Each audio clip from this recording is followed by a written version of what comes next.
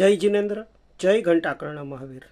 મિત્રો, હમણાં ઘણા બધા જિલ્લાઓમાંથી એવા ફોન આવે છે કે અમારા જિલ્લામાં અહીં મામલતદારો જૈનોને દાખલો કાઢી દેવાની બદલે સ્કૂલ લિવિંગ સર્ટિફિકેટમાં વાણિયા, હાજી વાણિયા શબ્દ હોવો એ અત્યંત જરૂરી ગણાવે છે અને માત્ર જૈન લખેલું હોય તો તેઓ ધાર્મિક લઘુમતીનો દાખલો કાઢી નથી દેતા અથવા તો બિન અનામતનો દાખલો કાઢવાની ના પાડે છે. જ્યારે આવા પ્રશ્નો આવે તો શું કરવું તેના માટે આપણે ટૂંક સમયમાં જ લાઈવ થવાના છીએ અને આ લાઈવ માટેની તમને અગાઉથી જાણ કરવામાં આવશે. આ સિવાય બીજા કોઈ પ્રશ્ન હોય તો વોટ્સઅપ કરશો.